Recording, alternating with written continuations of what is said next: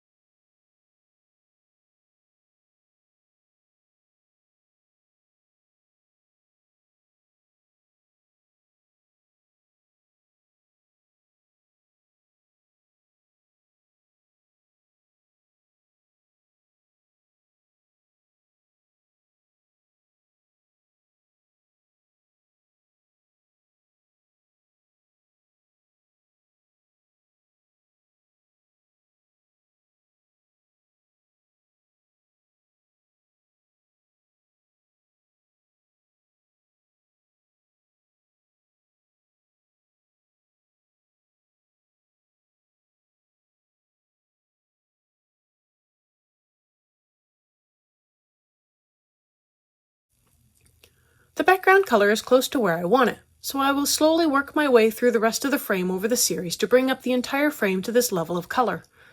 I'm coming in with the light green and beginning on the acorns. Since this journey is beginning in the spring, these are young acorns, and as such I wanted them to be light green.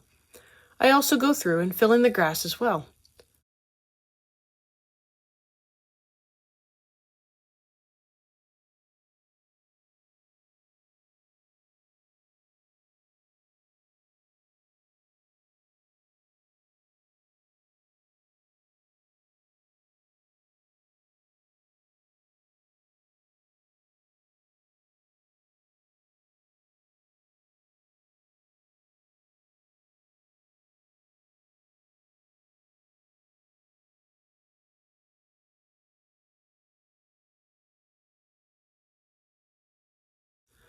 For the shadows, I block them in with the sepia, the line art aiding me in determining the source of light as coming from the right side. I also add in some shading under the lines on the cap to add in some texture to the rougher cap. I do make sure to also add in a shadow along the side of the cap and the side of the little button at the top.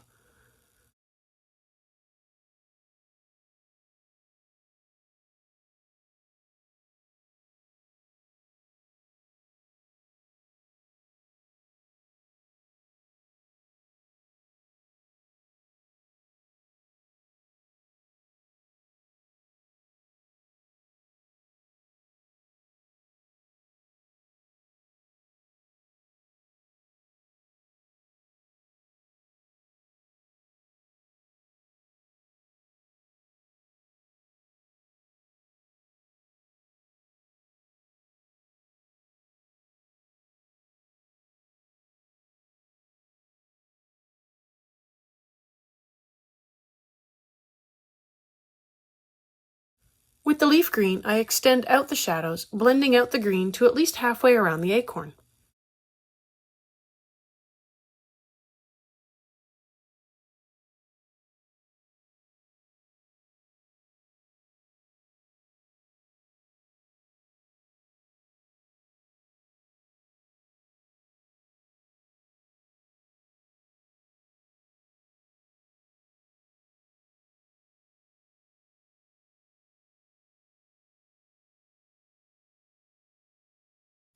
I use a little walnut brown for a few little brown details.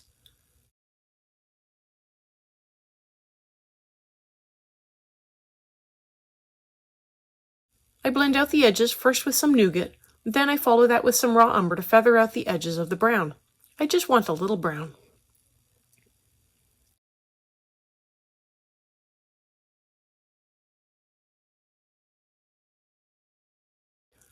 I come in with the grass green to add in a uniform layer over the whole acorn.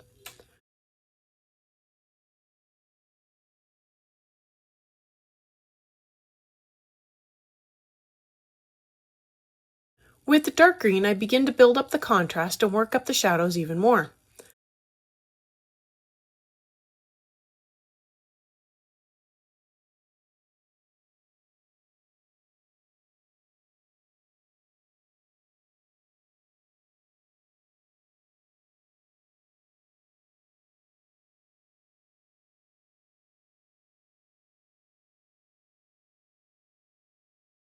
More light green to continue filling in the tooth of the paper, and now I can begin on the next two acorns now that I have an idea of what I am aiming for.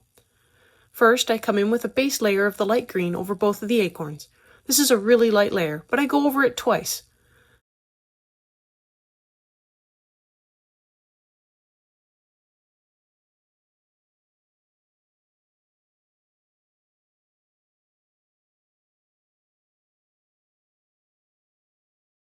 I can now block in my shadows with sepia, again working up the left sides and under the lines on the cap for texture. I also add in a little shadow under the cap.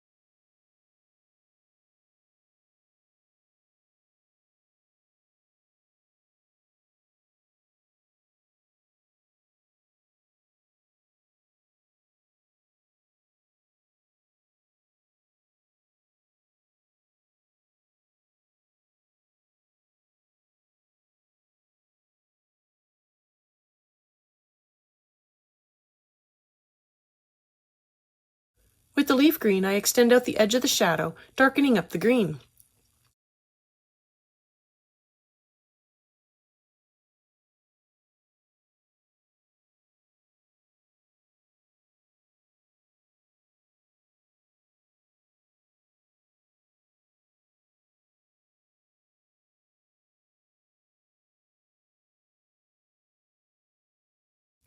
I bring in some brown details, beginning with raw umber, followed by a little walnut brown.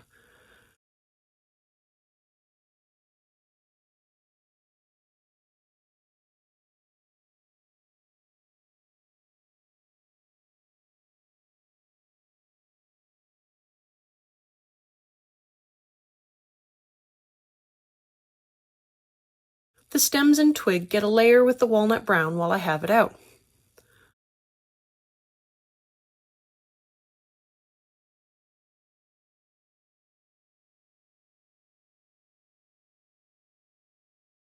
I bring up the contrast with dark green, gently blending out the edge of the shadow into the area where I put the leaf green.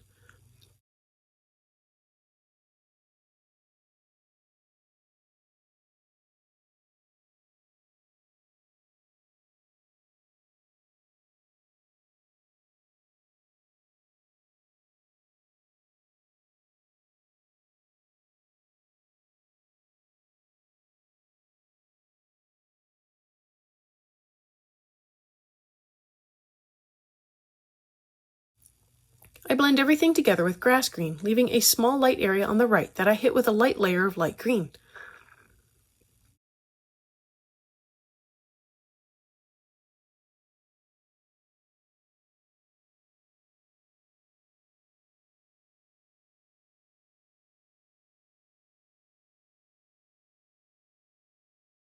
A little more dark green followed by leaf green to work up the contrast and the blended edges a little more. If you've made it this far and have enjoyed coloring along with me or just watching these leaves come to life, I'd appreciate it if you'd give me a like and subscribe to stay informed of when I post more videos. It really helps me out.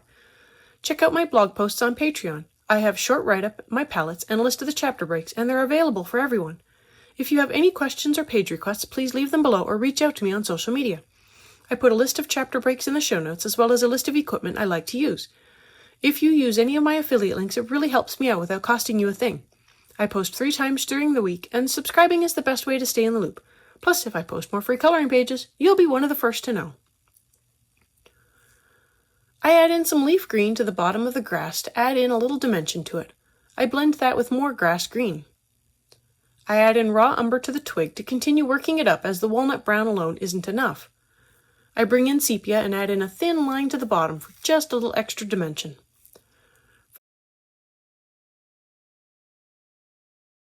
For the tiny vine of leaves, I come in with the grass green to add in a base layer. Just a starting point for these leaves.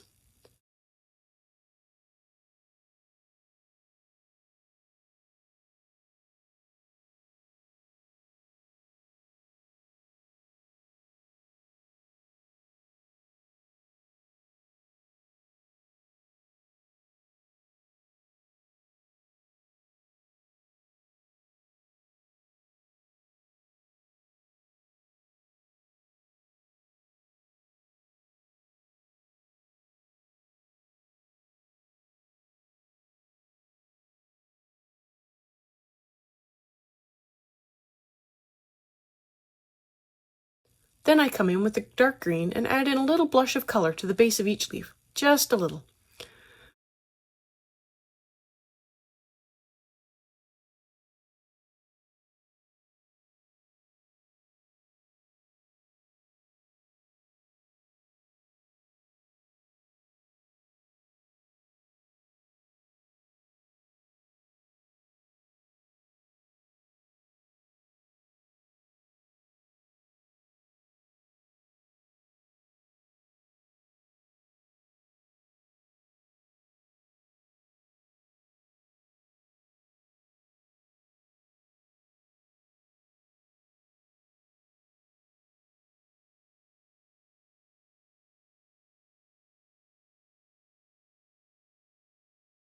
I then blend that in with more grass green.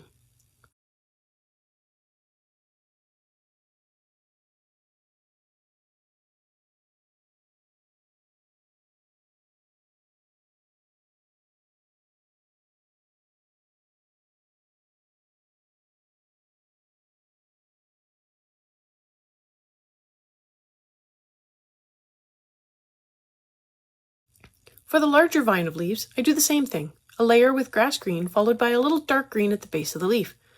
Then I blend the base with more grass green. It shows up better on the larger leaves.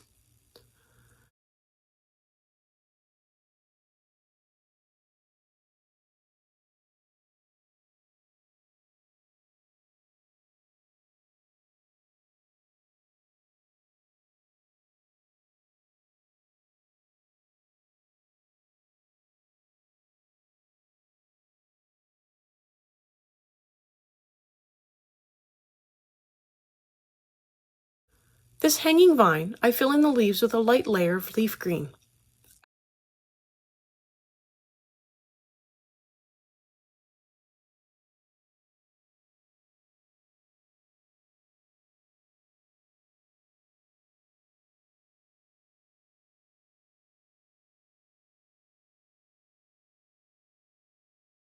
I add in dark green to the base, bringing it out just a little more. Almost halfway up, but lightening the pressure as I go.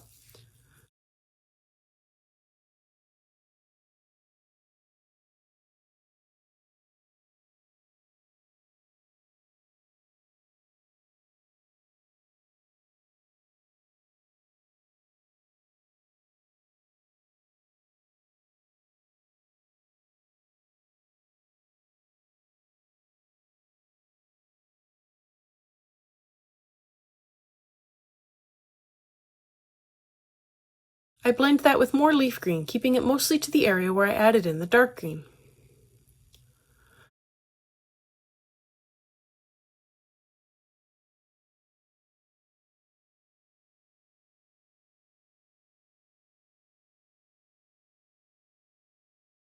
For the large oak leaves, I am again sticking to a spring theme and going in light. I add in a layer of light green over all 3 leaves.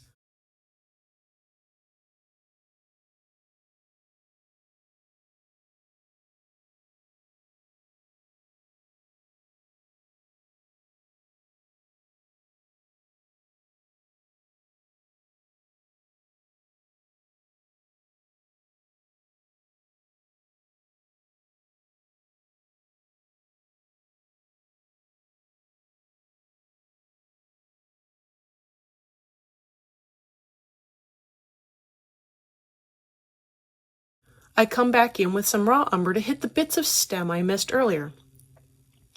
With leaf green, I add in a layer of darker green to the center of the leaf.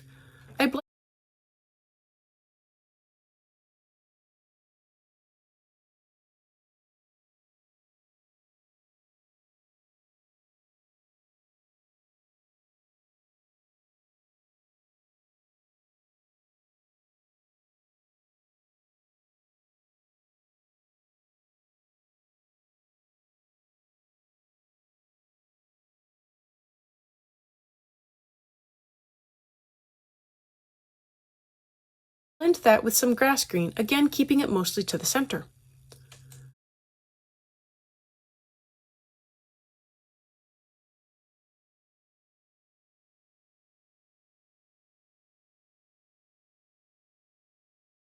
I add in dark green, keeping it just to the vein lines, as if the green is spreading out from the vein lines into the rest of the leaf.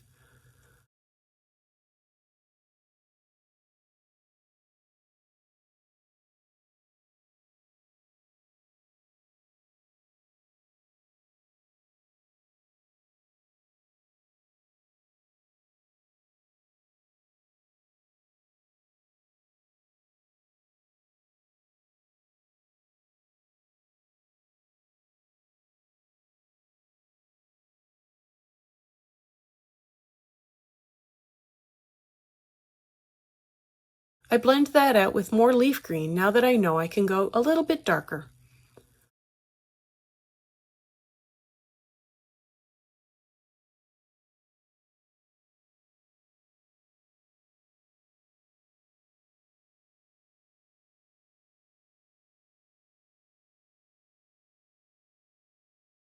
I add in more grass green to the center part of the leaf, darkening it up just at the center.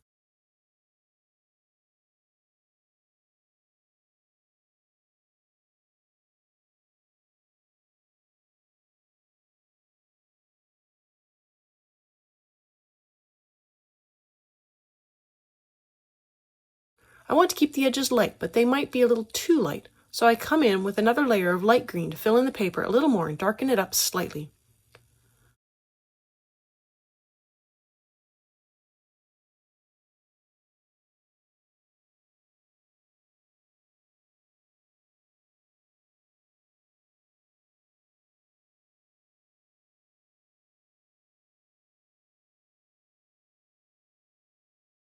I add more dark green to the vein lines to help them stand out just a little more against the leaf green.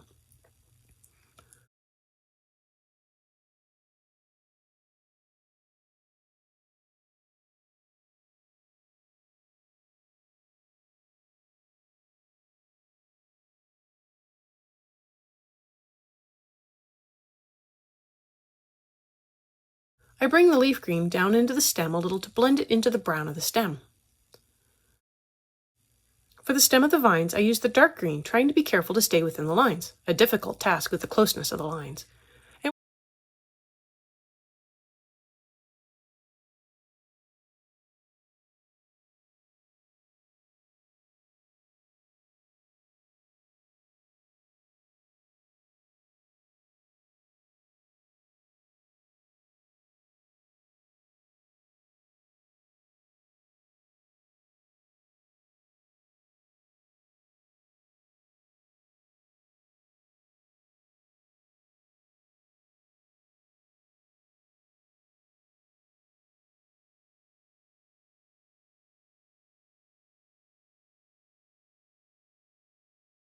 With that, I will finish up with a little more background to get ready for the next video where I will be working on the bottom left corner. Thanks for joining me on this coloring adventure today. Let me know below or on social media if you colored along. I'd love to know how you did. I want to thank you all so much for coming along and joining in with me on this coloring journey. I appreciate all my subscribers and look forward to more of you joining in and coloring along with me. Please like, share, and subscribe to help that happen. Until next time, happy coloring.